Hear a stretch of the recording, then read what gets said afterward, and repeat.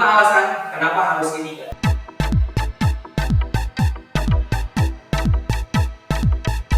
Pertama, dengan hanya memiliki satu keyboard saja, kita seperti mendapatkan dua keyboard sekaligus.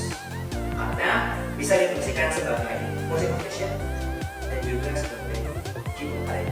Yang kedua, dengan ratusan sound dan style membuat performance kalian menjadi lebih baik. Kemudian ditambah dengan adanya irama Nusantara, saat ini tidak akan ada ditemui di Indonesia hanya itu. Yang ketiga, dengan adanya playback MP3 WAV dan MIDI membuat performance kalian makin keren.